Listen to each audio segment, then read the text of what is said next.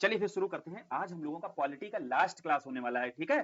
क्योंकि जितना सिलेबस में पेपर 2 के अंतर्गत पॉलिटी सेक्शन में हमारे सिलेबस में जितने पॉइंट्स मेंशन है, एक एक करके सब हम लोग कर चुके हैं और वो सारे टॉपिक्स डिस्कस हो चुके हैं जो प्रीवियस ईयर में जहां से क्वेश्चंस बने हुए हैं। क्योंकि पिछले जितने भी प्रीवियस ईयर में यूपी पीएससी ने क्वेश्चंस पूछे हुए हैं इस टॉपिक से, वो हम लोग सारे कंप्लीट करते हुए ही चल रहे हैं, उनको ध्यान में रखते हुए ही पूरा डिस्कशन कर रहे हैं। तो आज लास्ट रहेगा। आज के टॉपिक में हम लोग जैसे जन प्रतिनिधित्व अधिनियम means representation of people act देखेंगे, जिसमें 1950 और 1951 दोनों को देखेंगे, क्योंकि यहां से एक प्रश्न पूछा गया है कि इसका समालोचनात्मक परीक्षण कीजिएगा, ठीक है। तो पहले भैया आरपीए के बारे में हम लोगों को पता तो होना चाहिए, तो इसको हम लोग समझ लेंगे भाई क्या बला है और क्या इसके बारे में लिखने के लिए आएगा, तो कैसे इस टॉपिक को हम लोग डील करेंगे अपने एग्जाम में अगर फिर से रिपीट कर दिया। फिर इसके पश्चात एक टॉपिक और आया है 2022 में, क्वेश्चन है वन नेशन वन इलेक्शन को लेकर के। तो वन नेशन वन इलेक्शन पर देखेंगे, नोट्स है प्रॉपर, उसको तैयार करके जाएंगे। इसके पश्चात महत्वपूर्ण संवैधानिक आयोग, तो महत्वपूर्ण संवैधानिक आयोगों में कैग के बारे में समझेंगे, चुनाव आयोग देखेंगे, जितने national commission for schedule caste schedule tribe है ना, और जो ओबीसी को लेकर के आपका नेशनल कमीशन है, इसके बारे में समझेंगे। ऐसे फिर अपना टॉपिक ये हो जाएगा आज पॉलिटिक्स कंप्लीट। शुरू किया जाए बिना देर किए हुए। देखो, सबसे पहले जन प्रतिनिधित्व अधिनियम की बात की जाती है, तो यहां पर जब लिखने के लिए आएगा तो पहले तो इसकी भूमिका क्लियर होनी चाहिए ना। इंट्रोडक्शन के तौर पर जब भी जाना है तो पता होना चाहिए कि भैया RPA representation of people act आया क्यों। तो यहाँ पर दो तरीके से आपको अधिनियम दिखाई देते हैं। पहला अधिनियम है 1950 का, दूसरा है 1951 का। तो समझो 1951 में चुनाव हुए थे, तो चुनाव से पहले अगर ये आपका अंतरिम सरकार जो बनी हुई थी उसके द्वारा ये अधिनियम पारित किया गया था, तो इसका उद्देश्य क्या रहा होगा, दोनों में डिफरेंस बिल्कुल एकदम क्लैरिटी के साथ रखना। देखो, जो चुनाव कराने हैं, क्योंकि लोकतांत्रिक सरकार का गठन करना है, अब लोकतांत्रिक सरकार के लिए हमारे पास में यह भी तो क्लियर होना चाहिए ना कि चुनाव के पहले सीट कितनी जानी है, सीटों का आवंटन कैसे करना है, परिसीमन कैसे करना है। परिसीमन समझ रहे हो, डिलिमिटेशन मींस जो आपके क्षेत्र हैं उन क्षेत्रों की कैसे सीमाएं निर्धारित करनी है और कितनी सीमा के भौगोलिक सीमा के अंदर कितनी सीटें देनी है। हमारे संविधान में ये तो तय कर दिया गया कि लोकसभा में इतनी मैक्सिमम सीटें रहेंगी, राज्यसभा के लिए इतनी सीटें रहेंगी, विधानसभा के लिए सॉरी इतनी सीटें रहेंगी, ठीक है। तो ये तो डिसाइड कर लिया बैठ करके, लेकिन किस क्षेत्र में कितनी सीटें रहेंगी ये कैसे तय होगा। तो इसको लेकर के जो अधिनियम बना 1950 का रिप्रेजेंटेशन ऑफ पीपल एक्ट 1950, यहां से तय किया गया कि चुनाव के पहले सीटों का आवंटन हो, डिलिमिटेशन हो। जैसे जो परिसीमन है, मालूम होगा ना कि परिसीमन बहुत चर्चा में भी है। क्यों चर्चा में है, क्योंकि अभी 2026 में जो आपके सेंसस शुरू होने वाला है, इसके पश्चात एक पुनः से नया परिसीमन किया जाएगा। क्यों किया जाएगा, क्योंकि भैया देखो जनसंख्या भी बढ़ चुकी है, बहुत सारे वोटर्स भी अपडेट हो चुके हैं, और वोटर्स अपडेट हुए हैं, इसको लेकर के एसआईआर चल रहा है, बहुत चर्चा इसकी भी हो रही है। तो जो आपका स्पेशल इंटेंसिव रिवीजन है, देखो एसआईआर हो रहा है, नया सेंसस हो रहा है, नया परिसीमन होने वाला है, तो स्वाभाविक सी बात है जो आरपीए 1950 है और इसी के साथ आरपीए 1951 है, दोनों महत्वपूर्ण हो जाता है। और ये टॉपिक फिर से बहुत मुद्दा गर्म हो गया है, तो बोले इस टॉपिक को जरूर पढ़कर जाना है, ठीक है, क्लियर हो गया। तो इस टॉपिक को पढ़ने से पहले ये समझ गए कि जो आरपीए है आपका 1950 क्यों आया, फिर आरपीए 1951 क्यों लाना पड़ गया। इसमें तो केवल ये सुविधाएं की गई, ये सारे जो व्याख्यान या प्रावधान किए गए जो आपके चुनाव से पहले आवश्यक है। अब चुनाव कराना है तो ड्यूरिंग मतलब ड्यूरिंग एक्शन, ठीक है, ड्यूरिंग एक्शन क्या क्या प्रावधान, जैसे चुनाव को सुचारू रूप से निष्पक्ष और स्वतंत्र कैसे संचालित कराया जाएगा, तो इस संदर्भ में जो प्रावधान मिलेंगे, जो विशेषताओं के तौर पर देखने को मिलेगा, वो आरपीए आपका 1951 में देखने को मिलेगा। ठीक है, एकदम क्लियर हो गया कि बिफोर इलेक्शन की बात की जाएगी तो वहां पर आरपीए आपका 1950 है, उसकी विशेषताएं देख लेंगे। और अगर ड्यूरिंग इलेक्शन की बात की जाएगी कि भैया कैसे कोई रिटर्निंग ऑफिसर जो है आपका चुनाव संपन्न कराएगा, कैसे चुनाव निष्पक्ष रूप से होंगे, कौन सी प्रणाली अपनाई जाएगी, इलेक्शन कमीशन को क्या दायित्व दिए जाएंगे, ठीक है, कौन सा कोड ऑफ कंडक्ट रखा जाएगा, ये सब कुछ आपका, ये सब कुछ कौन तय करेगा, बोले ये आपका कौन सा योग्य है कौन सा अयोग्य है, मींस कब आप चुनाव के योग्य हो जाएंगे कब आप अयोग्य हो जाएंगे, ये सारा कुछ तय किया जाएगा आरपीए जो आपका 1951 है इसके तहत तय किया जाएगा। क्लैरिटी हो गई दोनों को लेकर के। अब जब आपसे जन प्रतिनिधित्व अधिनियम 1950 या 1951 अगर अलग अलग डिफरेंशिएट करने के लिए आता है तब भी आप कर लोगे, ठीक है, शुरू किया जाए। अब देखो 1950 वाले के बारे में भूमिका बनाने में क्लैरिटी हो जाएगी कि भाई लोकतांत्रिक तरीके से आपको लोकतांत्रिक ढांचे की आधारशिला रखनी है तो आपको आरपीए के तहत ही रखना पड़ेगा। स्वाभाविक सी बात है कि लोकतंत्र की बेसिक नीड क्या होती है, स्वतंत्र और निष्पक्ष चुनाव, और स्वतंत्र और निष्पक्ष चुनाव कराने का दायित्व किसको, चुनाव आयोग को। और चुनाव आयोग तभी करा पाएगा ना जब आप आरपीए के तहत जो आप प्रावधान कर रहे हो उसके अनुसार ही कार्य किया जा सके। क्लियर एकदम हो गया, क्लैरिटी हो गई दिमाग में। अब 1950 के बारे में आते हैं, तो 1950 के अधिनियम को देखते हैं, इसके प्रमुख प्रावधानों को समझने की कोशिश करते हैं। इसके प्रमुख प्रावधान में पहला क्या रहेगा, सीटों का आवंटन करना और परिसीमन करना। पहले ही समझा दिया कि चुनाव होने के पहले के जो कार्य हो रहे होते हैं ना वो सारे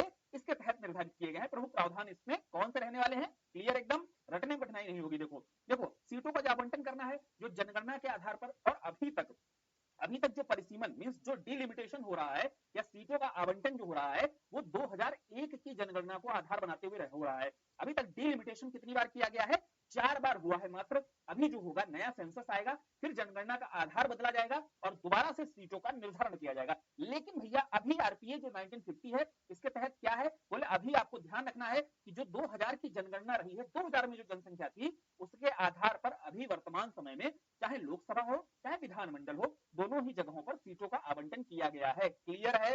इसको ही परिभाषित दोबारा से किया जा रहा है। इसीलिए आपका एसआईआर हो रहा है। एसआईआर के बाद जो वोटर्स हैं, फर्जी वोटर्स, घोस्ट वोटर जिनको बोलते हैं, वो अपडेट किए जा रहे हैं और नए सिरे से सेंसस की जाएगी। सेंसस के साथ साथ फिर दोबारा से डिलिमिटेशन किया जाएगा और फिर सीटों का आवंटन किया जाएगा। क्लियर? एकदम क्लैरिटी हो गई भैया? पहला कार्य समझ में आया। दूसरा कार्य है मतदाता योग्यता के बारे में। देखो भाई, जो आगे चुनाव होने जा रहा है उसके पहले ये तय करना पड़ेगा ना कि जो वोटर्स हैं वो कितनी आयु तक के लोग हैं जो वोट दे सकते हैं। तो 18 वर्ष की आयु जो पूरा कर चुका होगा, भारत का जो स्थायी निवासी होगा, वही आपका क्या कर सकता है, राइट टू वोट रखता है, वोट देने का अधिकार रखता है। क्लियर? तो गैर निवासी, मानसिक अस्वस्थ या आपराधिक गतिविधियों में लिप्त नहीं होना चाहिए। तो मतदाता योग्यता की बात यहाँ पर की गई है। फिर भैया वोटर लिस्ट भी तो जरूरी है, तो वोटर लिस्ट तैयार की जाएगी। इसमें प्रमुख अधिकारियों की नियुक्ति होती है जो आपके इलेक्शन रिप्रेजेंटेटिव ऑफिसर होते हैं। ये हर निर्वाचन क्षेत्र में मतदाता सूची के लिए जिम्मेदार होते हैं और यही तो है भैया, निर्वाचन क्षेत्रों में एसआईआर किया जा रहा है और पुनः से ईआरओ के माध्यम से क्या किया जा रहा है भाई, निर्वाचन क्षेत्रों में मतदाता सूची अपडेट की जा रही है। ठीक है? सीटों के आरक्षण संबंधी मींस ऐसा नहीं है कि वोटर्स खाली यूं ही डिसाइड कर देंगे। जनसंख्या के आधार पर कौन से पब्लिक में किसका रिप्रेजेंटेशन है, उसमें जो सोशल जस्टिस वाला कॉन्सेप्ट है उसको भी ध्यान में रखा गया है। मींस चाहे लोकसभा हो राज्यसभा हो, इसमें एससी एसटी के लिए भी आरक्षण को अनिवार्य करना चाहिए। ठीक है?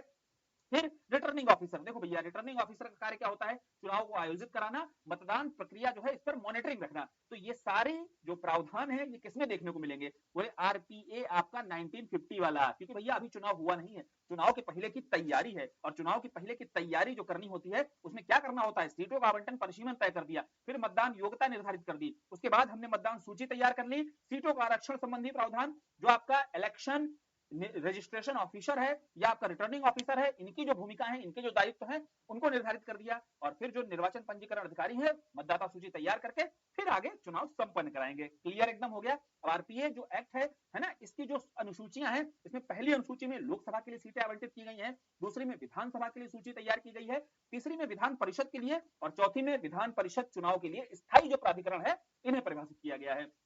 ध्यान रखना एक बात को, जब आरपीए के बारे में विशेषताएं लिखने को आ जाए, 1950 पर अगर स्पेसिफिक क्वेश्चन बना दिया गया तो विशेषताओं में अब तो ध्यान रहेगा एकदम कि कैसे लिखना है। अब केवल देखो, अब अगर समीक्षा करने को आता है तो जब भी आपको जन प्रतिनिधित्व अधिनियम इसकी समीक्षा करने को बोलेगा तो आपको आरपीए जो 1950 में लूप होल्स हैं जहां जहां पर, उनकी भी समीक्षा में आपको बताना है कि भैया इन इन बिंदुओं पर आलोचना होती है। तो पहली आलोचना कहां पर होती है, तो पहली जो आलोचना होती है अभी तक के हिसाब से डिलिमिटेशन पर आलोचना होती है। सोचिए डिलिमिटेशन में जनसंख्या आधार कब बनाया गया है, 2001 वाली जनसंख्या के आंकड़ों को। ठीक है? तो ये आलोचना की जाती है। दूसरी आलोचना की जाती है भैया घोस्ट वोटर की, वही जिस पर आप एसआईआर हो रहा है, तो दूसरी आलोचना घोस्ट वोटर्स को लेकर होती है कि बहुत सारे वोटर हैं जो अब नहीं रहे हैं या कहीं पर बढ़ चुके हैं, कहीं और शिफ्ट हो गए, तो बदल चुकी है, वोटर लिस्ट अपडेट ही नहीं की जा रही है। दूसरी आलोचना है यहां पर की जाती है। ठीक है? एकदम स्पष्ट रखनी है बातें कि जब भी समालोचनात्मक परीक्षण आएगा, जैसे आ चुका है क्वेश्चन, तो उसमें आपको इन पॉइंट्स पर भी आलोचना करनी है।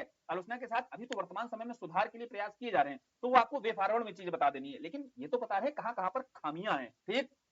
अब प्रमुख रूप से आते हैं आरपीए 1951, जो जन प्रतिनिधित्व अधिनियम 1951 का है। इसके अंतर्गत क्या है, बोले इसके अंतर्गत कैसे चुनाव को संपन्न कराना है, तो उसमें आओ प्रावधान समझने की कोशिश करते हैं, इजीली समझ में आएगा। पहला क्या है, पहला भैया देखो, एक प्रशासनिक एक मशीनरी पूरी रहेगी जो चुनाव आयोग की भूमिका और जिम्मेदारी सहित चुनाव कराने की रूपरेखा तय करेगी। क्लियर है एकदम? तो भैया अब चुनाव कराने हैं, अब चुनाव कराने के दौरान एक निष्पक्ष चुनाव सुनिश्चित करना है, तो उसके लिए जितनी भ्रष्ट प्रथाएं हैं और जो चुनावी अपराध हैं इनको परिभाषित करना बहुत जरूरी है। बोले ये परिभाषित किया जाएगा। फिर चुनाव के दौरान अगर कोई विवाद पैदा होता है तो विवाद को हल करने के लिए एक प्रक्रिया या रूपरेखा पूरी तय की जाएगी कि भैया कोई चुनावी प्रक्रिया में विवाद होता है तो कैसे इलेक्शन कमीशन वहां निपटेगा। ठीक है? ये प्रावधान आपका मिलेगा यहाँ पर। फिर चुनाव के बाद जो राजनीतिक दल हैं इनका पंजीकरण अनिवार्य करना जरूरी है। ठीक है? इनका रजिस्ट्रेशन भी अनिवार्य किया गया है। स्पष्ट हुआ एकदम? अब भैया आरपीए जो है, आरपीए में सीधी सी बात है, योग्यताएं और अयोग्यताएं निर्धारित की जाएंगी। और योग्यताओं में क्या कहा जाएगा, योग्यताओं में यहां सीधा बोला जाएगा कि जो भी निर्वाचन क्षेत्र है उसका वह व्यक्ति मतदाता होना चाहिए। भाई जिस निर्वाचन क्षेत्र से उसको एमपी बनना है, जिस निर्वाचन क्षेत्र से उसको विधायक बनना है, वहां का वह मतदाता होना आवश्यक है। क्लियर? SC ST के लिए सदस्यों का आरक्षित सीटों में चुनाव लड़ना चाहिए, ठीक है। फिर उसके बाद में लोकसभा के लिए निर्धारित की है 25 वर्ष की आयु। पंचायतों के और नगर निकायों के लिए आयु कितनी निर्धारित की गई है? न्यूनतम 21 वर्ष की। तो ये कुछ योग्यताएं हैं, चुनाव लड़ने के लिए, ये सारी योग्यताओं का निर्धारण किया गया है। अब प्रमुख रूप से मुद्दा यहां पर फंसता है, क्यों फंसता है? जब भी अगर प्रश्न अगर बहुत डिटेल में जाकर पूछेगा तो आरपीए 1951 की सेक्शन 8 से जोड़ करके आपसे प्रश्न पूछा जा सकता है। ध्यान रखना इस बात को, क्योंकि जो विवाद होते हैं, विवाद हमेशा सेक्शन 8 को लेकर के, इसकी धारा 8 को लेकर के खूब विवाद छिड़ते हैं। क्यों छिड़ते हैं? देखो भाई, सेक्शन 8 में ही बोला गया है कि अगर कोई व्यक्ति, ठीक, अयोग्यताएं कैसे निर्धारित होंगी? आरपीए में चुनाव के लिए अयोग्य कब निर्धारित किया जाएगा किसी व्यक्ति को? तो यहां बताया गया है क्लियर तरीके से, अगर कोई व्यक्ति भ्रष्टाचार में, घूसखोरी में या कोई अपराध उसके ऊपर ऐसा कन्विक्ट हो जाता है, ठीक है, कन्विक्शन, याद रखना, कन्विक्शन की बात की गई, जहां पर सजा पता चल जाती, मतलब आप जो है अपराधी घोषित हो चुके हो, वो होता है कन्विक्शन। आप पर कोई चार्ज लगा है तो आप अभी तक अपराधी नहीं हो, कन्विक्शन आपके ऊपर नहीं है, केवल आपके ऊपर आरोप लगाया गया है। तो आरोप में, कन्विक्शन में अंतर क्लियर रखना, चार्ज में और कन्विक्शन में अंतर होता है। ये कन्विक्शन मतलब होता है आपको सजा मिल चुकी है, तो आप भैया दोषी हो, ठीक है, आपको 2 साल तक की सजा या 2 साल से ज्यादा की सजा, जैसे राहुल गांधी वाला केस हुआ था, तो आपकी क्या होगा, सदस्यता भी चली जाती है, ठीक है।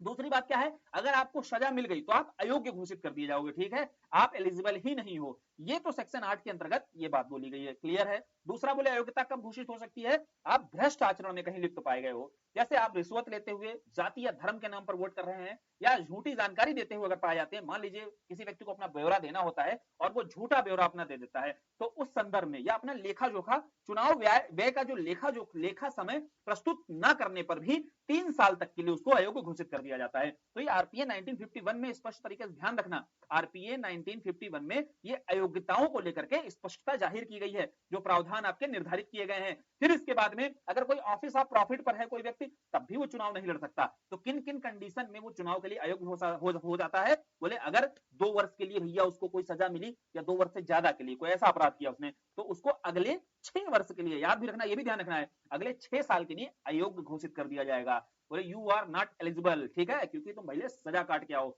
उसके बाद फिर 6 साल के लिए और आगे तुम चुनाव नहीं लड़ सकते हो। अगर किसी भ्रष्ट आचरण में लिप्त पाए गए तब भी तुम अयोग्य घोषित कर दिए जाओगे। अगर किसी ऑफिस ऑफ प्रॉफिट पर हो तब भी अयोग्य घोषित कर दिए जाओगे।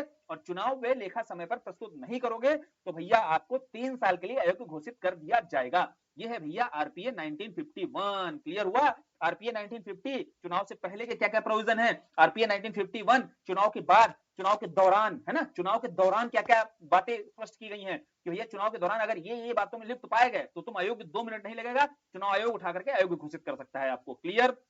यहां पर जब समालोचनात्मक परीक्षण करना होगा तो यहां आलोचना कहां कहां पर होती है? देखो, पहली आलोचना वही, जब हम देखते हैं कि आजकल चुनाव में सबसे बड़ी समस्या क्या है, राजनीति में सबसे बड़ा दोष क्या है, राजनीति का अपराधीकरण बढ़ रहा है। बोले यार यहां जब 2 वर्ष वाला आपने लगा रखा है तो अपराधीकरण क्यों बढ़ रहा है? दिमाग लगाना चाहिए यहां पर। तो समस्या इसलिए हो रही है क्योंकि यहाँ कन्विक्शन की बात की जा रही है, यहाँ चार्ज को लेकर के कोई कठोर प्रावधान नहीं है। यहाँ पर आप सुधारों में भी बता सकते हो कि भैया ये जो कन्विक्शन वाला प्रावधान है ना, इसको आप चार्ज के रूप में भी, थोड़ा इलेक्शन कमीशन को यहाँ सुधार करने की आवश्यकता है। तभी राजनीति का जो अपराधीकरण बढ़ता जा रहा है, आज के समय 50 से 60% ऐसे लोग हैं जिन पर कोई ना कोई क्रिमिनल आरोप लगा हुआ है, मामला चल रहा है, ठीक है, कोई क्रिमिनल आरोप लगाया गया है, चार्ज है, कम से कम क्रिमिनल चार्ज तो है ना उनके ऊपर।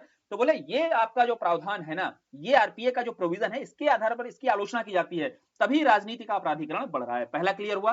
दूसरा है चुनावी व्यय को लेकर फंडिंग। दूसरी कौन समस्या आती है? बोले राजनीति में जो इलीगल फंडिंग हो रही है इधर उधर से, मतलब इनडायरेक्ट तरीके से हमने देखा कि फंडिंग पर क्या है, यहाँ पर हमारे जो आरपीए में देखो एक प्रावधान किया गया है कि आरपीए में लोकसभा में बोल दिया गया कि 70 लाख से ज्यादा भैया एक आदमी फंडिंग नहीं ले सकता है, ठीक है, व्यक्ति, पर्सन को लेकर के यहाँ स्पष्ट किया गया है, लेकिन पार्टी को लेकर के, फंडिंग को लेकर के कोई स्पष्ट निर्देश नहीं है, और जिसके चलते पार्टी को लोग धड़ाधड़ फंडिंग देते हैं। और धड़ाधड़ फंडिंग में हमने देखा कि चुनावी बॉन्ड पता नहीं क्या क्या तरीके अपना करके कोशिश की जाती है कि ज्यादा से ज्यादा फंडिंग ली जाए। पार्टी जितना ज्यादा से ज्यादा फंडिंग लेंगी उतना ही वो क्या कर सकती हैं, लोकतंत्र को, या यूं कह लो चुनाव की प्रक्रिया को प्रभावित कर सकती हैं, ठीक है, समझे कि नहीं। आज के समय देखते ही हो, एक खटाक से बटन दबा और सबके अकाउंट में पैसे चले गए, लो भैया, और ये पैसे आएंगे कहां से?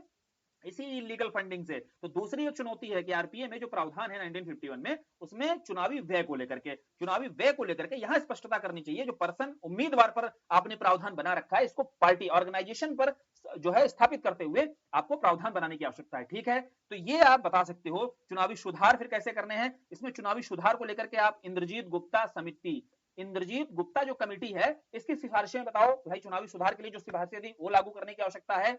फिर आप बता सकते हो भैया लिली थॉमस जो मामला हुआ था, लिली थॉमस मामले में भी जो आरपीए की एक धारा थी जिसमें ये कहा गया था, सेक्शन 8 में, सेक्शन 8 की 3 थी, उसमें ये कहा गया था कि देखो अगर कोई भी एमपी है, एमएलए है, ठीक है, अब उसके ऊपर अगर मान लो कोई अपराध है, क्रिमिनल अपराध लगा हुआ है, अगर 3 महीने के अंदर, ठीक, उसने कोई अपराध किया, अब 3 महीने के अंदर उसने अगर अपील कर दी तो भैया वो जो है अयोग्य नहीं ठहराया जाएगा। लिली थॉमस मामला चला गया, सुप्रीम कोर्ट ने कहा ऐसा कैसे हो सकता है भैया, जब तक वो बरी नहीं हो जाएगा, ठीक है, ये कोई मामला नहीं कि 3 महीने के अंदर अगर वो पहुंच गया भैया अपील करने के लिए तो आप उसको योग्य बना दोगे। तो ये लिली थॉमस मामले के तहत इस वाले प्रोविजन को, इस वाले सेक्शन को असंवैधानिक खारिज, अब असंवैधानिक किया गया था। क्लियर?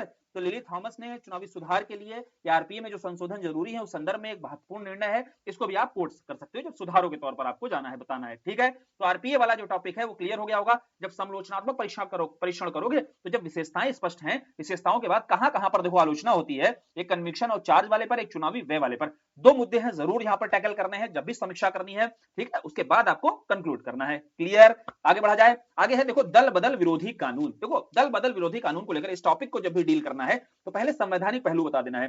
संवैधानिक पहलू क्या है? हमारे यहाँ जब 52वां संविधान संशोधन हुआ इसके बाद 10वीं अनुसूची जोड़ी गई, तो 10वीं अनुसूची के पश्चात संविधान में पहली बार दल बदल विरोधी कानून को लेकर के हमारे संवैधानिक प्रावधान किया गया। पहले होता क्या था, बहुत सारा दल बदल, मतलब जीत कराए और किसी और दल में शामिल हो गए, और किसी और पार्टी से जीत कराए तो दूसरी पार्टी में चले गए। अब इसको लेकर के बहुत पॉलिटिकल अनस्टेबिलिटी फैल गई थी, जो लोकतांत्रिक जो हमारा ढांचा था, ठीक है, उसके भी विरुद्ध था। तो इसको रोकने के लिए 52वां संविधान संशोधन हुआ 1985 में, जिसके बाद 10वीं अनुसूची शामिल की गई।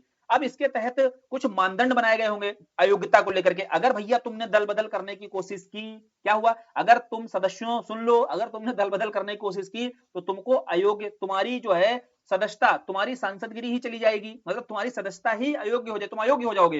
तो बोले कौन कौन से मानदंड, कौन से पैरामीटर बनाए गए, और ये पैरामीटर जब तक नहीं बनाए जाएंगे तब तक भैया दल बदलने का डर नहीं रहेगा, है ना। बोले सांसद ही नहीं रहेंगे आप अगर आपने ऐसे चुटकू पुटकू टाइप का अगर दल बदलने की कोशिश की, जो हो रहा था बहुत ज्यादा। तो बोले कौन से मानदंड बना दिए, अब इन मानदंडों को ही पढ़ना है। दल बदल विरोधी कानून जब अध्ययन करना है तो इन मानदंडों पर अगर क्लियर हो गए तो लिखने में कठिनाई नहीं। जैसे पहला मानदंड बनाया गया राजनीतिक दलों के सदस्यों को लेकर के, मींस जैसे किसी भी पॉलिटिकल पार्टी से आते हैं, बीजेपी, कांग्रेस, जो हो अपने हिसाब से समझ लेना।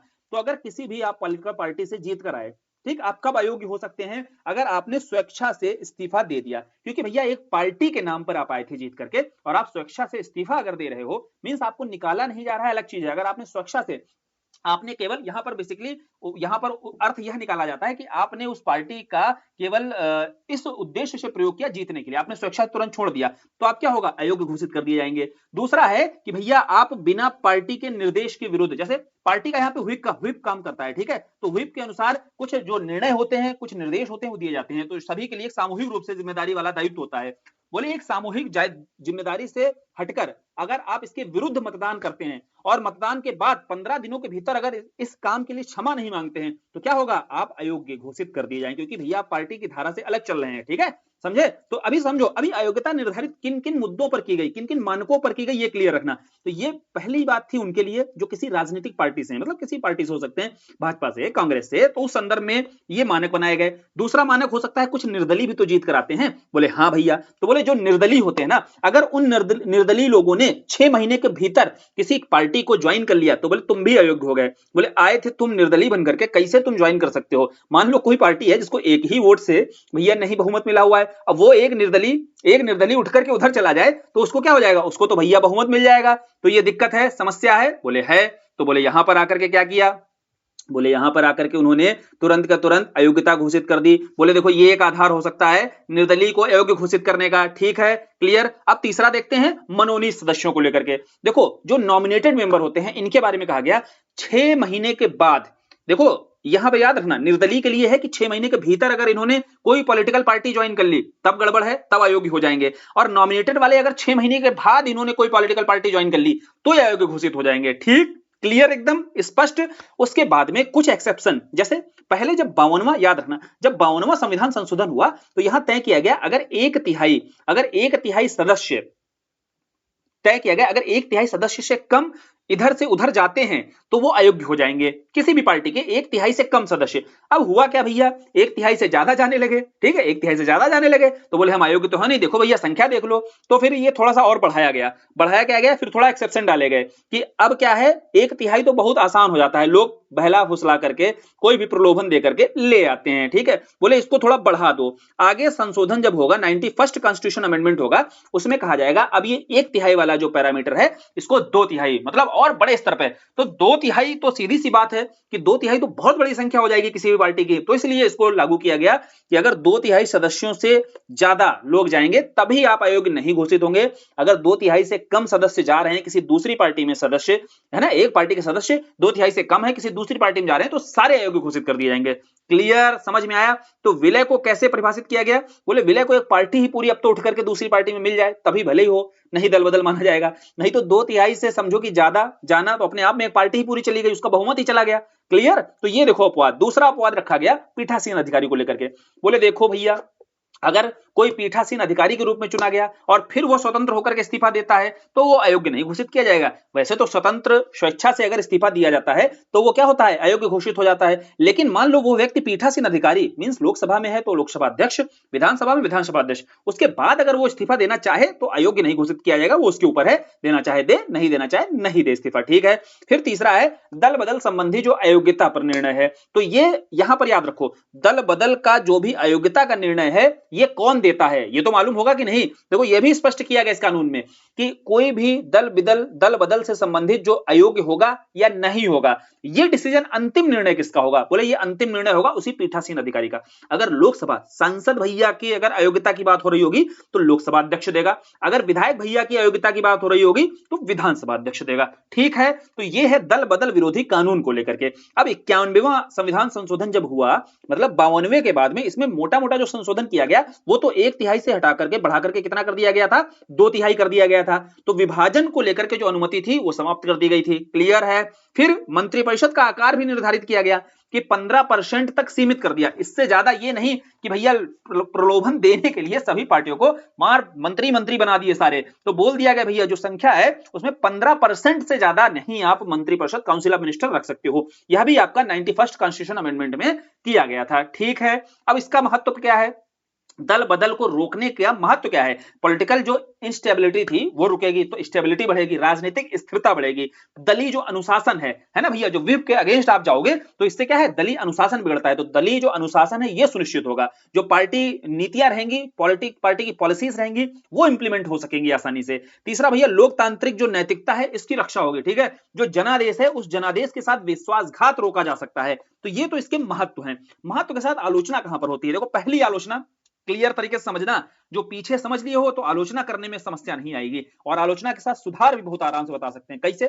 पहली आलोचना है अध्यक्ष की निष्पक्षता को लेकर के। क्यों? क्योंकि भैया अयोग्यता का निर्धारण कौन कर रहा है, बोले लोकसभा अध्यक्ष। और लोकसभा अध्यक्ष भारत में एक तो स्थिति यह है कि यहां पर इनको अपनी सदस्यता छोड़नी नहीं होती है। ब्रिटेन में जो स्थिति है उसमें लोकसभा अध्यक्ष को अपनी सदस्यता छोड़नी होती है, तो वो निष्पक्ष रहकर काम भी कर सकता है। लेकिन भैया यहाँ पर जो ओम बिरला साहब बैठे हुए हैं या तो एक पार्टी को प्रतिनिधित्व कर रहे हैं, बोले पार्टी से भी जुड़े हुए हैं, तो कैसे निष्पक्ष रह करके वो अयोग्यता का निर्धारण करेंगे, है ना, उनके मानकों का निर्धारण कैसे करेंगे। अभी हम देखेंगे यहाँ पर ऐसा नहीं है कि केवल आलोचना है, आलोचना पर सुधार नहीं किया गया, सुधार भी हुआ आलोचना पर, ठीक है। इस वाले पॉइंट पर जो निष्पक्षता पर सवाल उठते हैं तो यहीं पर लगे हाथ देख लो कि भैया जब सुधार बताना है तो बिल्कुल क्योटो होलांद मामला बताओ। क्योटो होलांद में क्या कहा गया, बोला गया ठीक है आपको अगर करना है अयोग्य घोषित तो कर लीजिए, लेकिन आपने जिन आधारों पर किया है, यानी कि भैया आपके आधार निष्पक्ष है कि नहीं, इसकी जांच जुडिशियल रिव्यू के अंतर्गत हो सकती है। क्योटो होलांद मामला यहाँ पर कोर्ट करना है और बताना है कि सुप्रीम कोर्ट ने कहा कि आपके आधारों की जांच होगी, आपने जिन आधारों पर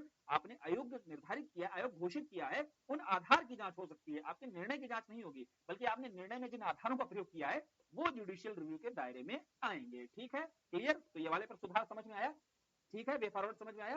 फिर उसके बाद में है विधायकों की स्वतंत्रता सीमित, ये क्यों बात की जाती है, देखो व्हिप वाली जो बात होती है इसमें कहा जाता है कि पार्टी की आइडियोलॉजी के चक्कर में विधायकों की अपनी इंडिविजुअल व्यक्तिगत भी तो अभिव्यक्ति की आजादी होनी चाहिए कि नहीं होनी चाहिए, बोले हाँ यार होनी तो चाहिए। तो इस संदर्भ में आप बताओ कि ये व्यक्तिगत जो आजादी है ये नहीं छिनती है, बोले हाँ यार छिनती तो है, तो फिर क्या किया जाए इसके लिए, बोले देखो इसके लिए एक तरीका हो सकता है कि आप क्या करो, आप यहां पर सुधार करो।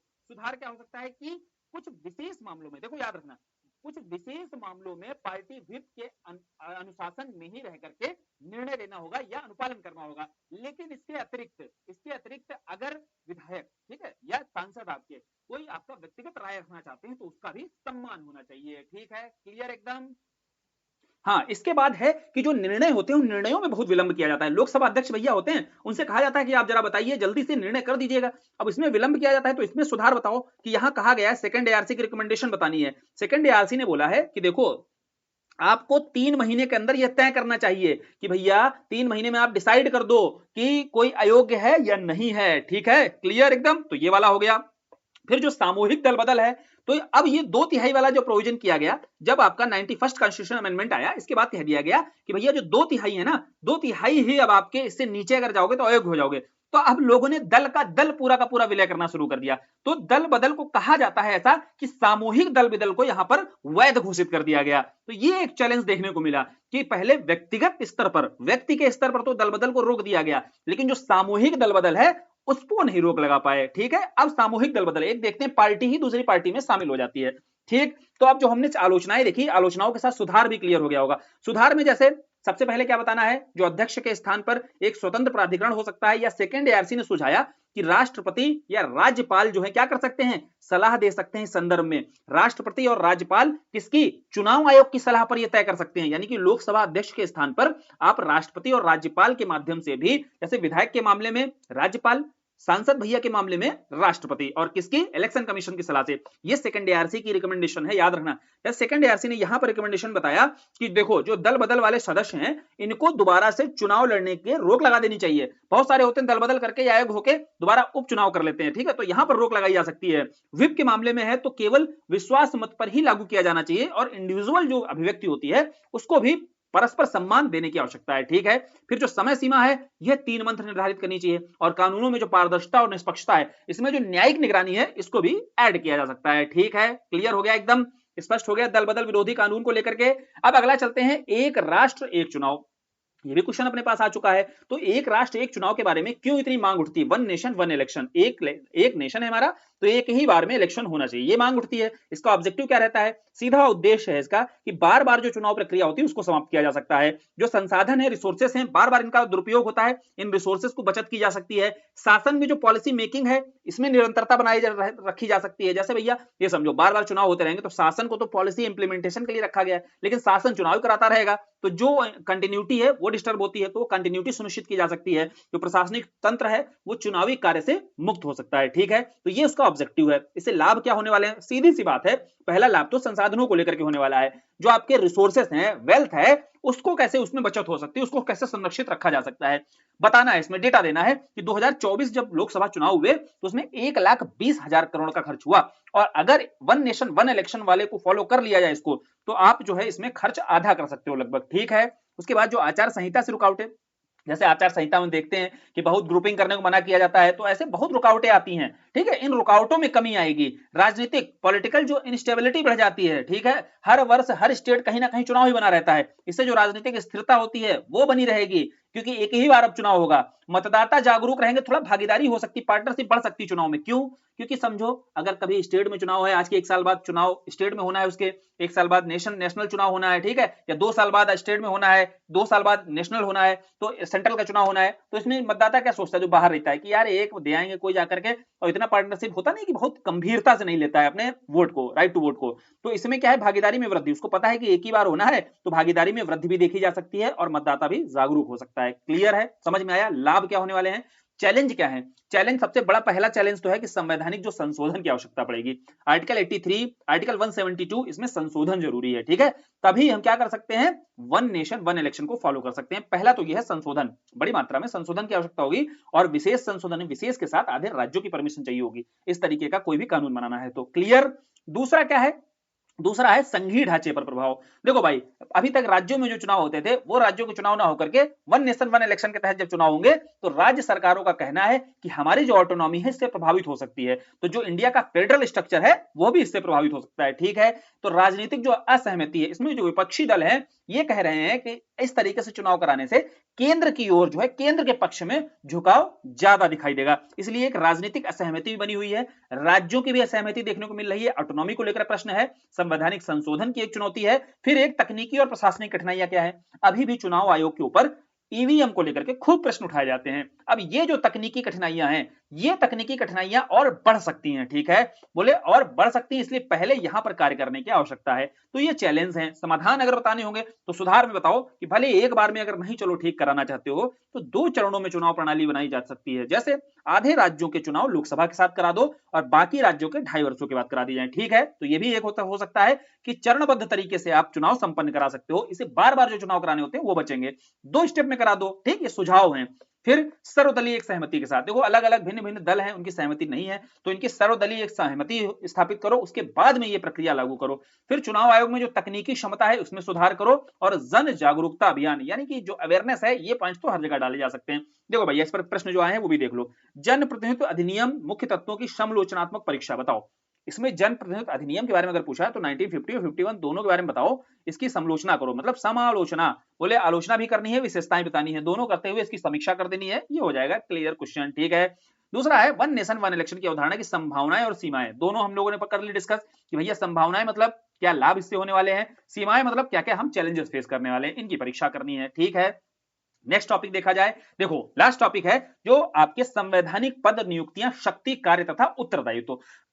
तो इसमें हम लोग प्रमुख संवैधानिक पद देखने वाले हैं, कौन कौन से।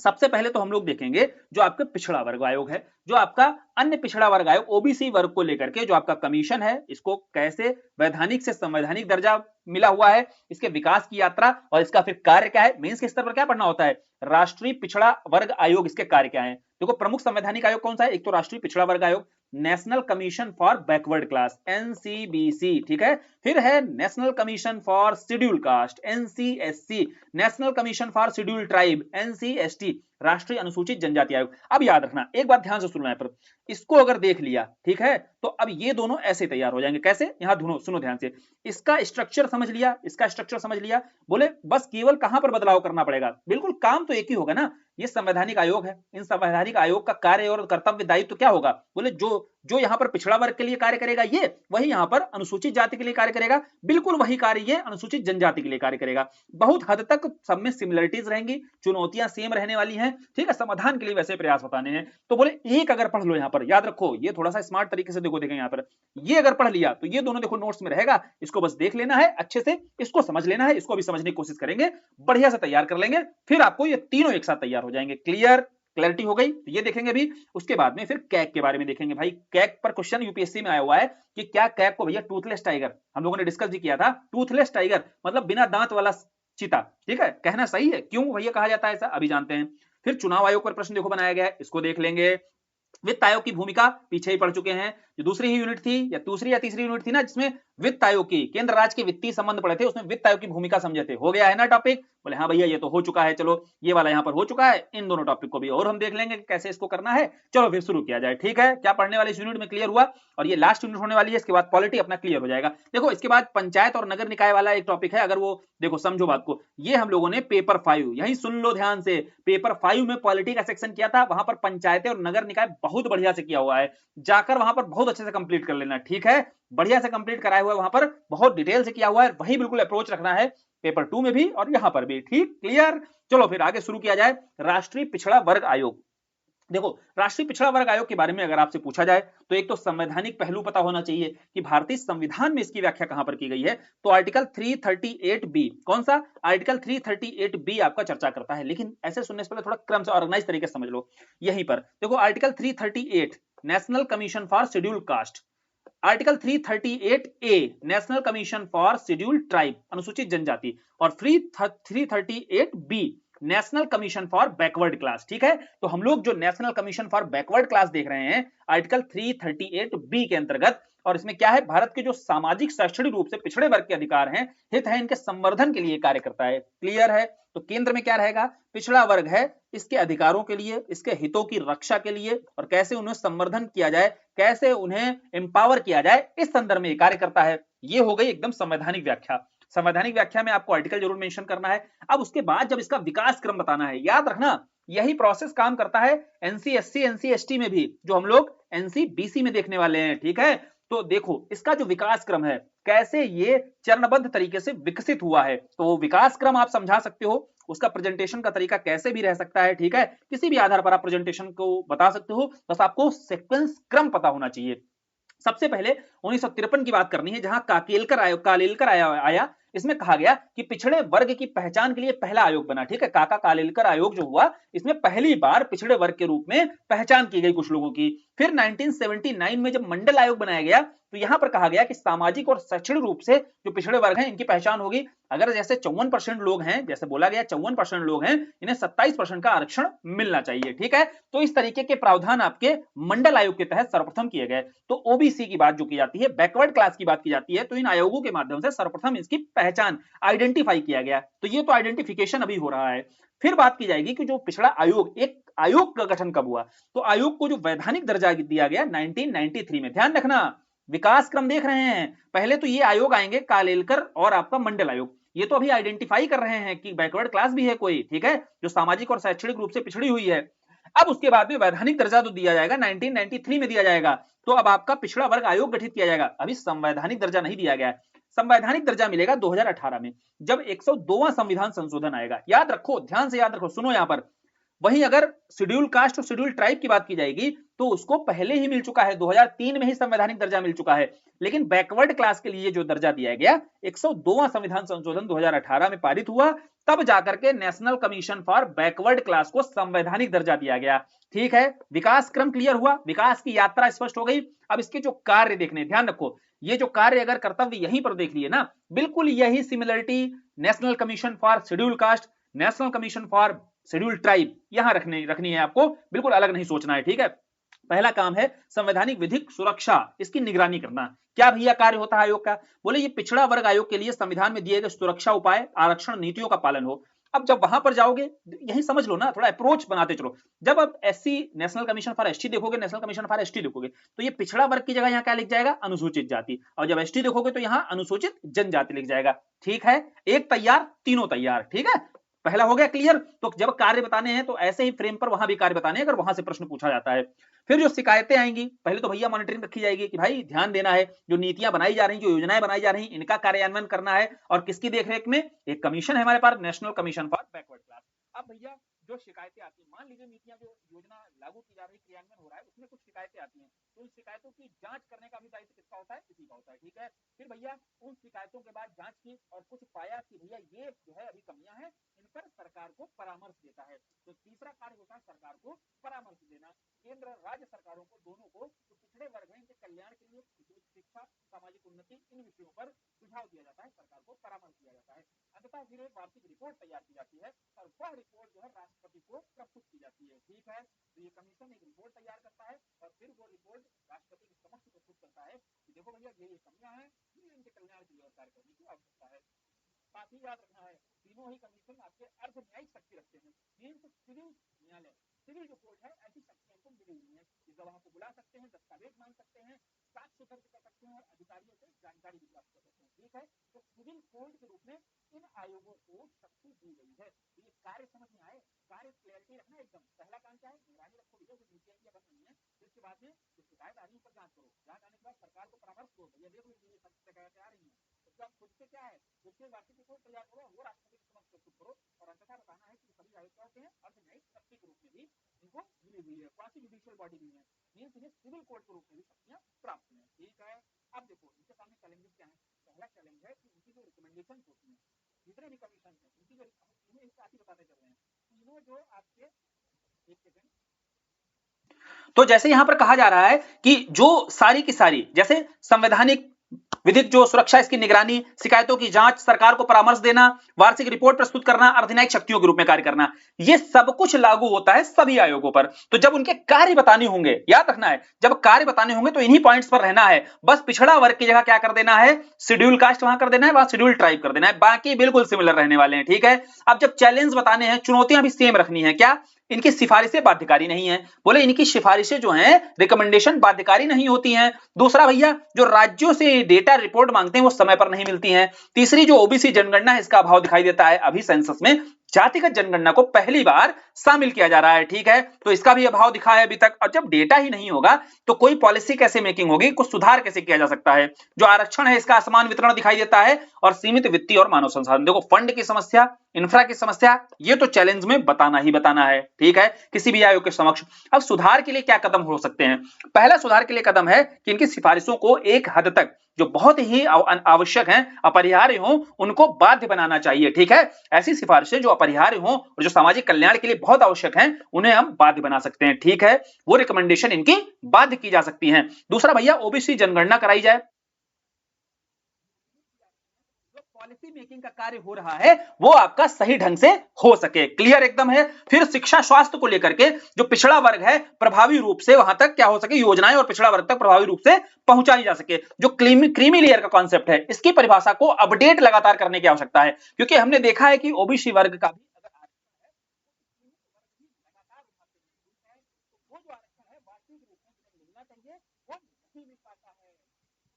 तो उनको जब नहीं मिल पाएगा तो सीधी सी बात है,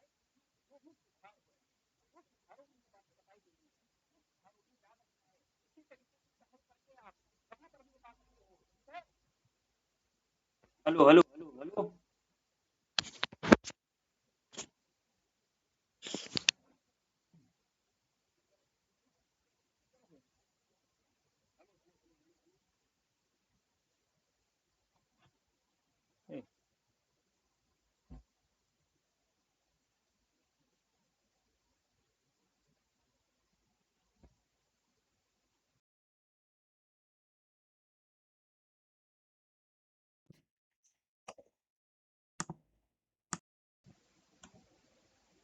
hello hello hello hello hello hello hello, चलो फिर शुरू करें। हाँ तो अब थोड़ा सा समझने की कोशिश करते हैं।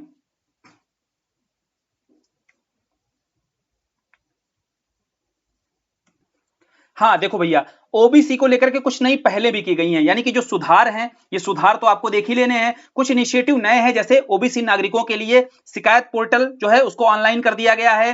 फिर उसके बाद में ओबीसी समुदाय के सामाजिक स्थिति पर सर्वेक्षण शुरू किया गया है।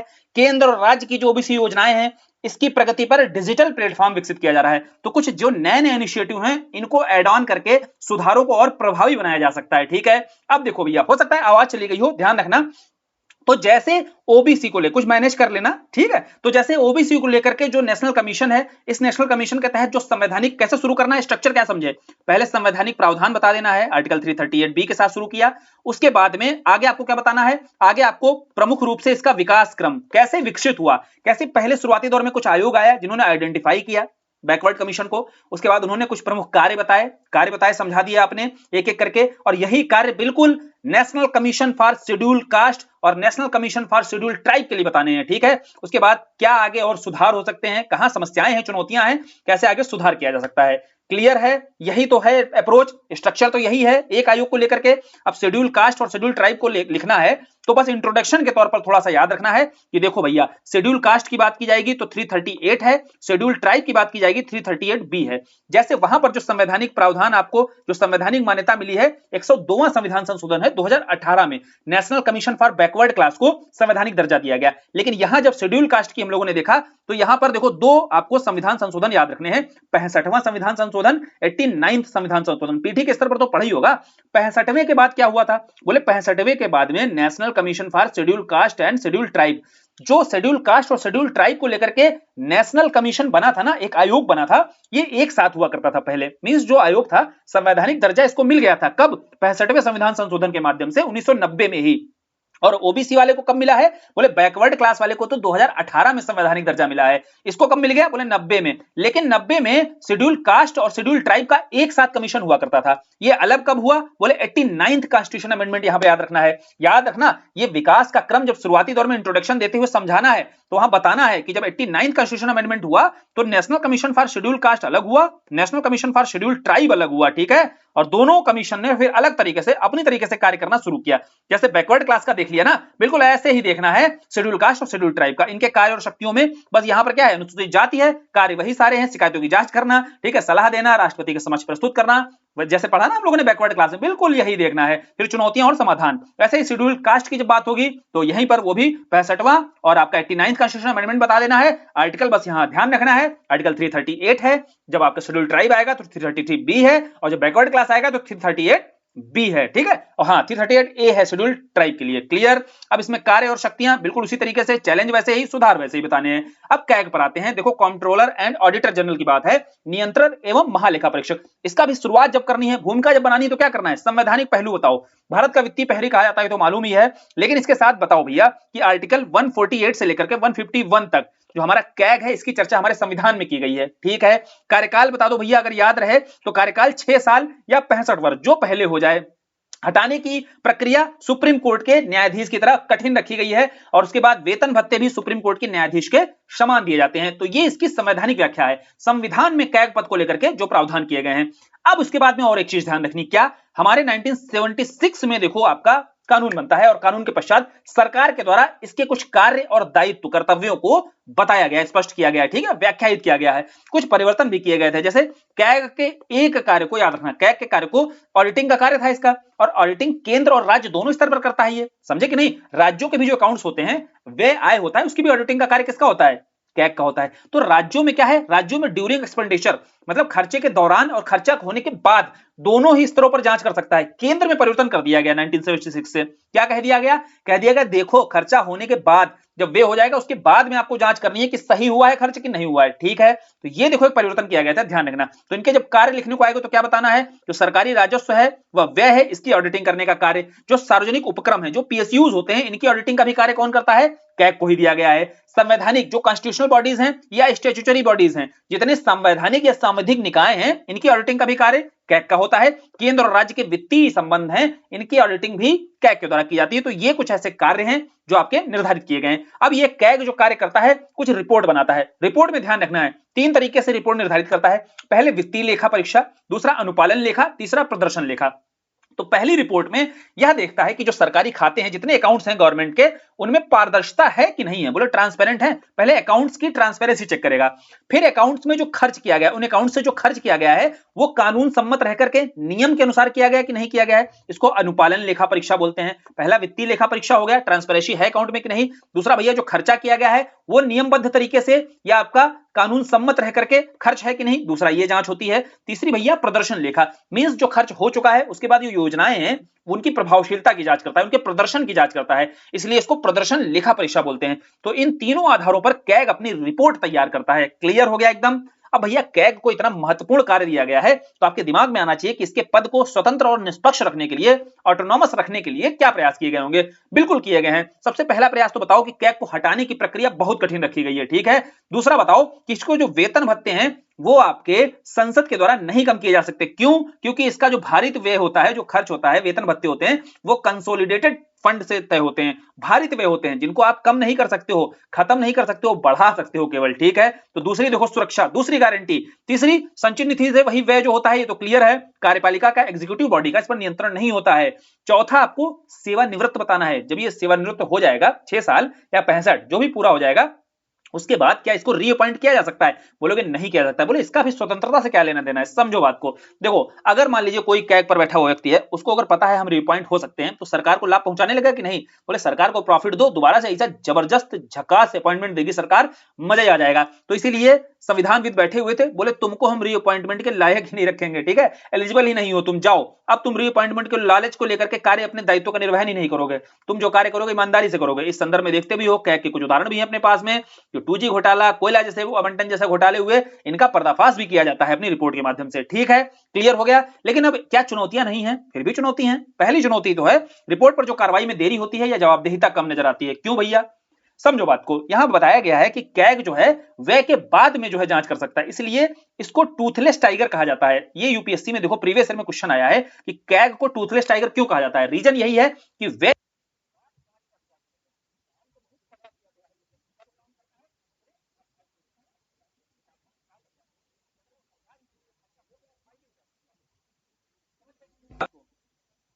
देखो टूथलेस टाइगर कहा क्यों जाता है, इसीलिए कहा जाता है ना कि वह हो चुका है, अब जांच करने के लिए आप बोल रहे हैं तो दिक्कत है, समस्या वाली बात है। इसीलिए इसमें सुधार लगातार बताते चलना है कि रियल टाइम ऑडिट सिस्टम आप विकसित करो। रियल टाइम जो ऑडिटिंग होगी तो उसी टाइम पर सरकार पर प्रेशर बनाया जा सकता है, ठीक है। दूसरा है कि राज्य से जब भी रिपोर्ट मांगी जाती है तो समय पर नहीं देते हैं। जब डेटा ही नहीं प्रोवाइड कराओगे तो भैया ये जांच कैसे करेगा, राज्यों की भी ऑडिटिंग कैसे कर पाएगा। इसलिए ब्लॉकचेन जैसी तकनीक का प्रयोग करते हुए वित्तीय ट्रैकिंग सिस्टम में पारदर्शिता बढ़ाई जा सकती है। तीसरा जो डेटा सुरक्षा की समस्या है, इसमें एआई का प्रयोग किया जा सकता है। सुधार भी लगातार सुनते चलो। जो लोक लेखा समिति होती है, लोक लेखा समिति जानते हो कि जुड़वा बहन मानी जाती है, ठीक है। बोले लोक लेखा समिति की सिफारिशें जो कमजोर दिखाई देती हैं, इनको हम फॉलो अप मैकेनिज्म के माध्यम से अनिवार्य कर सकते हैं, ठीक है, क्लियर।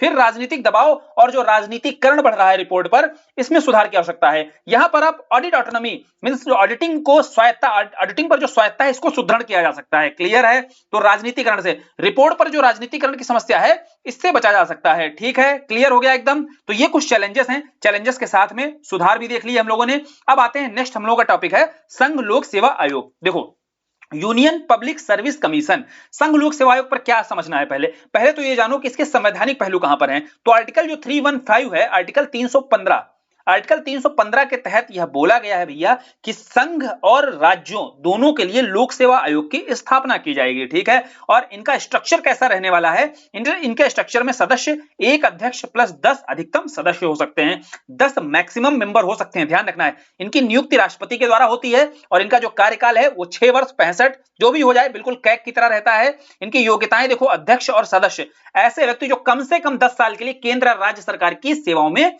कार्य करते हो, जिन्होंने कार्य किया हो, ठीक। ये इसका स्ट्रक्चर है। तो स्ट्रक्चर इसका जो आपका पीटी है उसके स्तर पर ज्यादा महत्वपूर्ण होता है। बस संवैधानिक पहलू के साथ आप इंट्रोडक्शन तैयार कर सकते हो, यहां से जब प्रश्न पूछा जाएगा। जो हटाने का प्रावधान है, हटाने की प्रक्रिया है, देखो यूपीएससी जो आपका संघ लोक सेवा आयोग है इसके अध्यक्ष को लेकर के, तो 317 में देखो ये आपका मेंशन की गई है संविधान में। और यहां पर अध्यक्ष या सदस्य केवल राष्ट्रपति ही पद से हटा सकता है। किसको बोले राष्ट्रपति ही केवल अध्यक्ष को या सदस्य को, संघ लोक सेवा आयोग के अध्यक्ष या सदस्यों को कौन हटा सकता है, राष्ट्रपति। और किस कारण से बोले, मिसबिहेवियर के बेस पर, यहां पर मिसबिहेवियर के बेस पर ही हटाया जा सकता है, ठीक है, ध्यान रखना है। किसको, संघ लोक सेवा आयोग के अध्यक्ष को। इसके अलावा अन्य भी हैं जो कारण जिनके आधार पर राष्ट्रपति हटा सकते हैं, ठीक है। संविधान में आपके मिसबिहेवियर के बेस पर संघ लोक सेवा आयोग के अध्यक्ष को हटा सकते हैं, ठीक है। उसके बाद इनके कार्य बताने हैं। तो कार्य क्या होंगे भाई, संघ लोक सेवा आयोग के अध्यक्ष मतलब यूपीएससी का कार्य क्या होता है, नियुक्तियां और भर्तियां, मींस जो अखिल भारतीय सेवाएं होती हैं, केंद्रीय सेवाएं होती हैं, और राज्य अगर अनुरोध करे तो संयुक्त सेवाएं भी कर सकता है, ठीक है, संयुक्त सेवाओं की भर्ती कर सकता है, ज्वाइंट जो सर्विसेज होती हैं। हालांकि प्रमुख कार्य होता है अखिल भारतीय सेवाओं की भर्ती करना, केंद्रीय सेवाओं की भर्ती करना। दूसरा कार्य होता है सेवाओं में जो कार्यरत अधिकारी होते हैं इनके उच्च पदों पर पदोन्नति के लिए परामर्श देने का कार्य भी संघ लोक सेवा आयोग का प्रमुख कार्य है। फिर आपको बताना है कि सेवाओं में जो नियुक्तियां होती हैं इनमें अगर राष्ट्रपति और राज्य जो सेवाएं होती है उसमें राज्यपाल अगर सलाह मांगते हैं तो सलाह देने का कार्य भी किया जाता है। फिर कोई अगर अनुशासनात्मक कार्रवाई करनी होती है इन मामले में भी सरकार को सलाह दे सकता है। तो ये इसके प्रमुख कार्य हैं संघ लोक सेवा आयोग के। अब इसके विशेष देखो, इसकी स्वतंत्रता को बनाए रखने के लिए, जैसे कैग को फ्री रखने के लिए क्या कुछ गारंटी दी गई है, ऐसे यहां भी दी गई है कि इसके जो कार्यकाल को सुरक्षित रखा गया है, इसकी नियुक्ति को सुरक्षित रखा गया है, क्योंकि केवल इसको राष्ट्रपति ही हटा सकते हैं सुप्रीम कोर्ट की जांच के बाद में, वो भी, ठीक है, समझिए इतना स्ट्रांग रखा गया है कि इसको हटा सकते हैं राष्ट्रपति, लेकिन उसके लिए अनिवार्य कर दिया है सुप्रीम कोर्ट की जांच। अगर वो आपके अनुकूल यानी कि सॉरी प्रतिकूल अगर पाई जाती है तभी उनकी नियुक्ति से उसे हटाया जा सकता है। फिर जो इनका व्यय है वो संचित निधि पर भारित है, मींस कंसोलिडेटेड पर भारित व्यय होता है, तो आपको गारंटी मिल जाती है भाई, आपके वेतन और भत्ते की सुरक्षा हो जाती है। सरकार यहां पर केवल इनके मामले में परामर्श दे सकती है, मींस इनकी ऑटोनॉमी को ध्यान में रखा गया है, निर्णय अंतिम यही लेंगे, सरकार केवल परामर्श दे सकती है, ठीक है। कुछ समस्याएं आती हैं, क्या समस्याएं हैं, बोले संघ लोक सेवा आयोग के सामने पहली समस्या इनकी भर्ती प्रक्रिया को लेकर के जो देरी बनी हुई, जिससे अभ्यर्थी आयु सीमा उनकी प्रभावित होती है और उनकी आयु क्या होती है, निकल जाती है, ठीक है, क्योंकि भर्ती प्रक्रिया में बहुत विलंब देखने को मिलता है। संघ लोक सेवा आयोग में नहीं, लेकिन राज्य लोक सेवा आयोग में बहुत देखने को मिलता है, क्लियर। एक देख लेंगे, राज्य लोक सेवा आयोग ऐसे बिल्कुल तैयार कर लेना है इसी आधार पर ही। तो पहली समस्या है भर्ती प्रक्रिया को लेकर के, दूसरी है भाषाई असमानता को लेकर के। ये तो दिखता ही है कि जो अंग्रेजी माध्यम है यहां पर उम्मीदवारों को तुलनात्मक रूप से लाभ ज्यादा, इस कारण से, और उसमें क्या है, उसमें जो प्रक्रियागत है, प्रोसेस के लेवल पर जो सुधार करने की आवश्यकता है, तभी इस जो भेदभाव है इसको पाटा जा सकता है, ठीक है।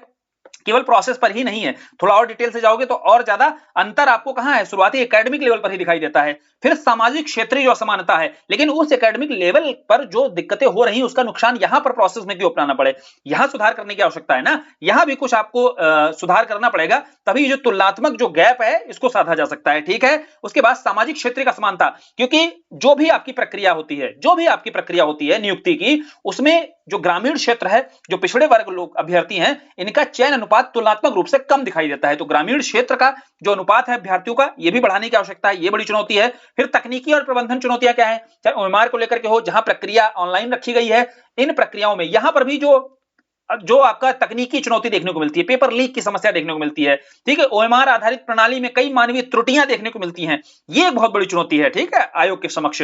फिर जो रिप्रेजेंटेशन है और जो डाइवर्सिटी है, मींस महिलाएं, दलित वर्ग यानी कि वंचित वर्ग है, या ग्रामीण पृष्ठभूमि से छात्रों का जो बहुत लिमिटेड रिप्रेजेंटेशन दिखाई देता है, ये एक बहुत बड़ी चुनौती है। ठीक है, इसमें सुधार कैसे करना है, देखो, भर्ती प्रक्रिया को समयबद्ध तरीके से करो, कमिटेड होकर के भर्ती प्रक्रिया को बहुत टाइमली पूरा कराओ।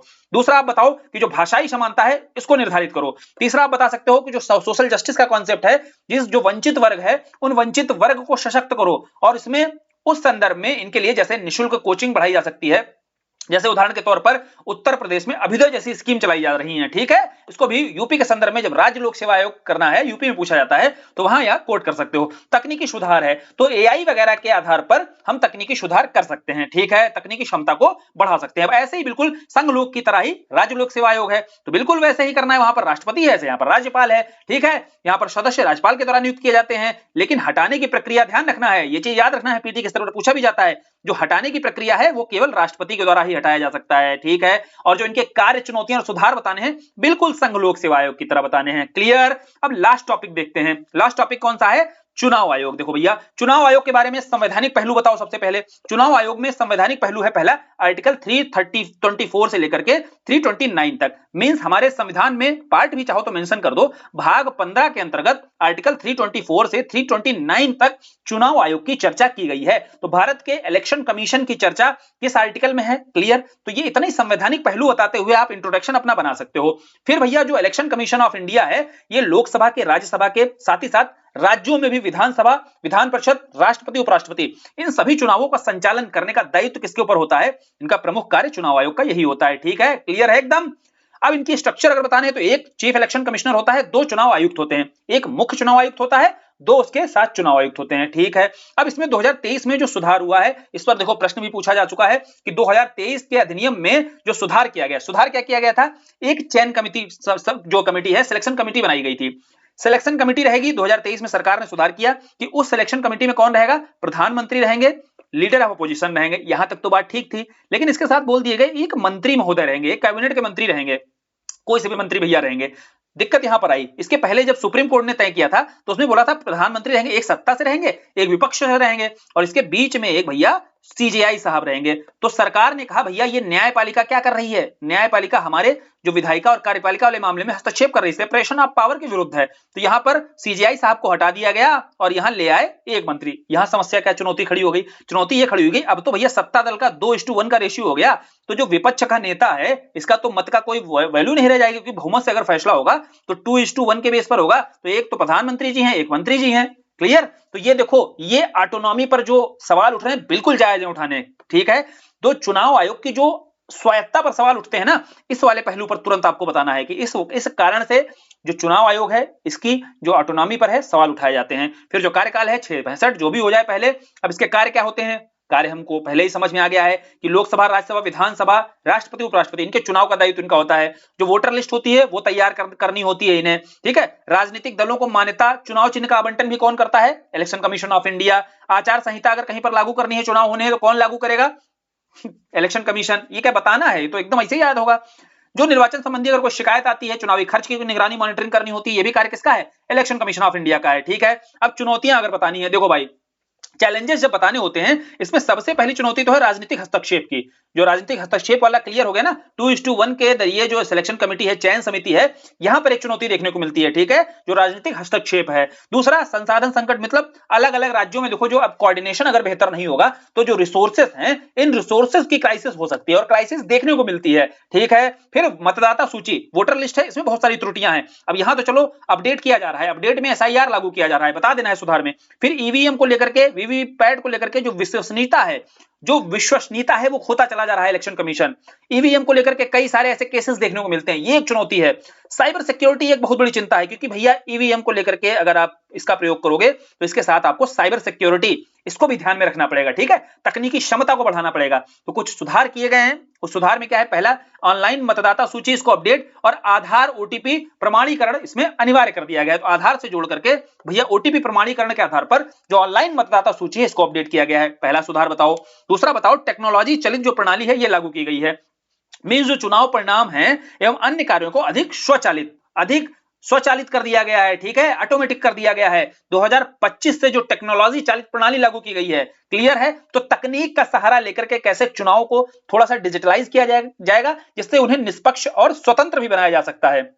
जो आगे चुनाव है उनके लिए डिजिटल वोटर रोल सुधार अभियान चलाए गए हैं, क्लियर है। तो अब हमें यहां पर देखो, साइबर जो सिक्योरिटी है, इसकी जो चिंता बढ़ रही है, इसके लिए जितने भी ऑनलाइन, जितने भी डिजिटल सुधार किए जा रहे हैं, इन सुधारों को कैसे साइबर क्राइम फ्री भी रखना है, ठीक है, साइबर क्राइम फ्री भी रखना है, साइबर सुरक्षा भी निर्धारित करनी है। अब इसमें आप कुछ कमिटीज हैं, उनकी रिकमेंडेशन भी बता सकते हो। जैसे इंद्रजीत गुप्ता जो समिति है, इन्होंने चुनावी सुधार को लेकर के जो सिफारिशें दी हैं, इनको लागू किया जा सकता है। ये सुधार जो किए जा रहे हैं, इनके साथ साथ आप इन सुधारों को, इन रिकमेंडेशंस को भी लागू कर सकते हो, ठीक है, बता सकते हो जब भी वे फॉरवर्ड बताना है या सुधार आगे बताने हैं, ठीक है, चुनावी जो चैलेंजेस बने हुए हैं। अब और चुनाव में देखो, चुनाव आयोग के समक्ष जो चुनौतियां हैं, ये हम लोग देख रहे हैं। चुनावी प्रक्रिया के समक्ष जो चुनौतियां हैं, उसमें तो राजनीति का अपराधीकरण, ठीक है, ये सारी चीजें बतानी होती है वहां पर, क्लियर। और फिर देखो, मुख्य चुनाव आयुक्त को जो हटाने की प्रक्रिया है, ये आपकी सुप्रीम कोर्ट के न्यायाधीश के समान ही रखी गई है। तो उनके जो पद को है वो भी स्वतंत्र रखा गया। जैसे कैग का पद देखा हम लोगों ने, कैग के पद को एक स्वतंत्रता की, निष्पक्षता की गारंटी दी गई है, वैसे ही जो आपके मुख्य चुनाव आयुक्त हैं, इनको भी हटाने की प्रक्रिया सुप्रीम कोर्ट के न्यायाधीश के समान रखी गई है, क्लियर बात है। और जो प्रस्ताव है वो संसद में पेश होगा, पारित तभी होगा, ठीक। विशेष बहुमत, दुर्व्यवहार मतलब मिसबिहेवियर और असमर्थता के आधार पर ही इनको हटाया जाएगा, क्लियर, एकदम क्लैरिटी है यहां पर। बस चुनौती कहां पर है, समस्या वही है, अपॉइंटमेंट मींस जो आपकी सिलेक्शन कमेटी है ना, सिलेक्शन कमेटी में जो 2:1 का रेशियो हो गया है, इससे जो राजनीतिक हस्तक्षेप है, सबसे पहली और सबसे बड़ी चुनौती यही है प्रक्रिया में। इसके बाद आगे संसाधन संकट, मतदाता सूची में, ये सब तो चुनौतियां दूसरे नंबर पे, दोयम दर्जे पे है। सबसे महत्वपूर्ण चुनौती जो है, पॉलिटिकल जो इन्फ्लुएंस है वो बढ़ रहा है इसमें, क्योंकि ये भैया जो हमारे यहाँ लोकतांत्रिक व्यवस्था को बनाए रखने के लिए चुनाव आयोग को निष्पक्ष होना बहुत जरूरी है, न्यूट्रल होना बहुत जरूरी है। अब यहाँ पर अगर पॉलिटिकल इन्फ्लुएंस बढ़ गया तो इसकी न्यूट्रलिटी पर सवाल होगा, इसकी ऑटोनॉमी पर सवाल होगा, और वही सवाल उठाए जा रहे हैं। यही आपको सुधार सारे बताने हैं। इसके साथ पॉलिटी का सेक्शन अपना कंप्लीट होता है। देखो भाई, बीच बीच में अगर कहीं पर वॉइस थोड़ी बहुत अगर गड़बड़ हो गई हो, हालांकि बीच में माइक देख करके ठीक करने की कोशिश की है, कहीं पर लग रहा था कि आवाज जा रही है तो उसको रिपीट कर दिया है। अगर थोड़ी बहुत गड़बड़ हो भी गई हो तो थोड़ा मैनेज कर लेना यार, है ना, नोट्स रहेंगे, नोट्स के माध्यम से वहां पर पढ़ लेना, वही डिक्टेट किया है वहां पर, और रिपीट भी कर दिया है तो बहुत ज्यादा समस्या नहीं आएगी। चलो फिर पॉलिटी का सेक्शन खत्म करते हैं। बताना भाई, फीडबैक देना, पूरा पॉलिटी हम लोगों ने कंप्लीट कर लिया है 5 लेक्चर में। वीडियो कैसे लगे जरूर बताइए कमेंट सेक्शन में।